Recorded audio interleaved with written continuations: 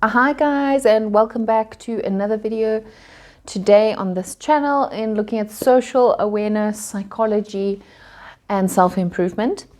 Today's content will be looking at the bystander effect.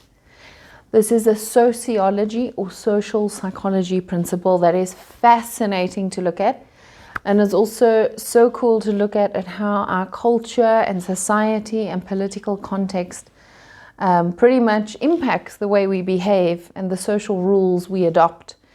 As we look back on history and think, why didn't people do anything? Why didn't people intervene and speak up and do something about it? It touches on this principle.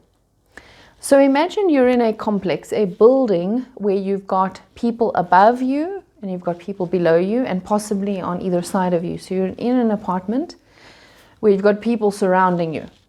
And you hear all of a sudden a loud scream. So you're hearing a woman scream, for example, at the top of her lungs, "Help me, help me."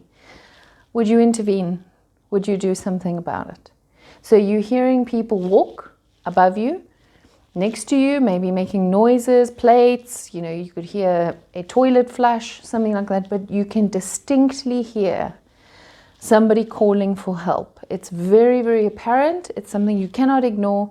Would you do something? Research shows us that statistically, the more people that are around you, the less likely you are to do something about that. Why is that so?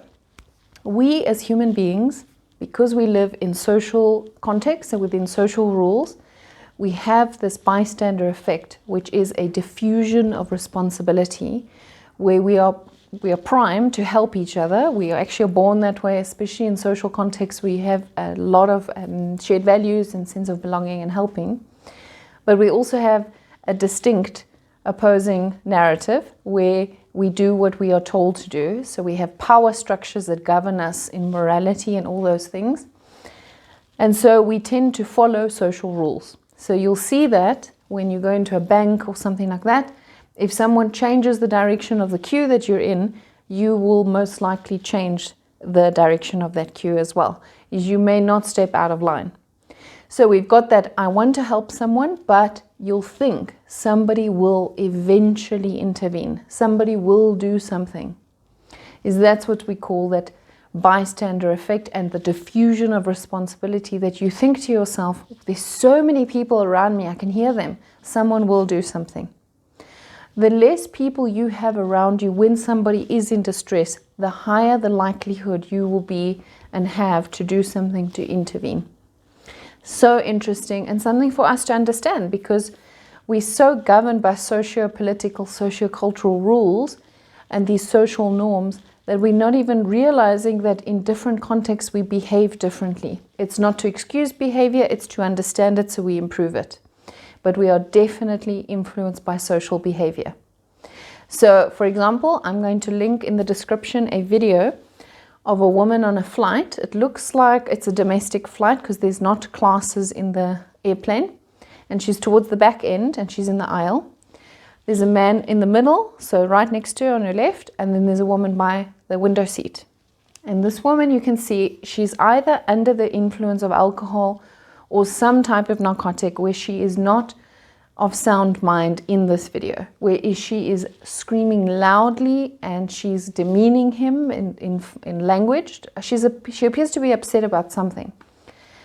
And you're watching the context. It's very interesting to see that people are not doing anything. You don't see any air hostesses come out. You don't see anyone really doing anything to intervene. You do see within minutes that the woman by the window seat starts to speak to her and do something and say to her, please, calm down, don't do that. And then you see that people are turning around to see what the commotion is all about, but no one is getting up to do anything about it. They're not intervening, they're not doing anything about it. The woman goes so far as to slap this man in the middle, and he's trying to hold on to the headrest in front of him and focus forward and not engage. And she's carrying on. And she slaps him. Again, no one does anything. No one is getting up to intervene or come forward or do absolutely anything about it. Very interesting. Obviously, it's not interesting in the moment. It's harrowing and horrifying that people can do this and no one's intervening. It's very sad to see that. But from a social psychology perspective, it is interesting for us to understand why we do the things that we do.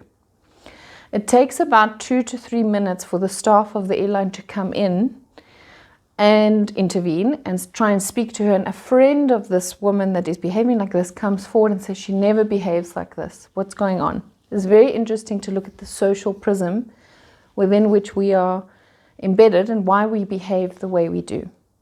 So the bystander effect can also be very positive in that, for example, if you are in an area where people are recycling or they're cleaning things up or they're putting things away, you are more likely to follow the social rules governed in a positive behavior. In this case, it's for the environment, and you will feel more outcast if you rebel against these social rules.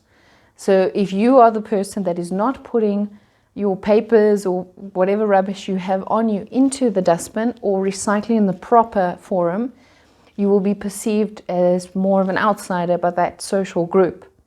Whereas if you follow the social rules, which statistically most people do follow social rules, you'll be more accepted and acceptable. That's why it's so important to understand that you impact your social group within you all the time in a positive and negative way.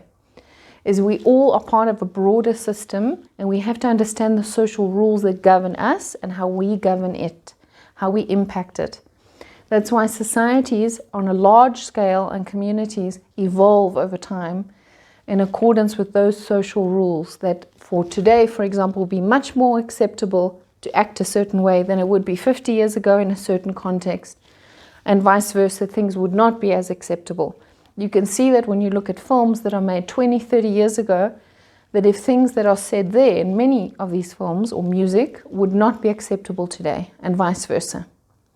I would love to hear your comments of if you've ever, looking back, seen this bystander effect where you thought to yourself, someone needs to do something, or I should say something, or what would happen? No, somebody will do something.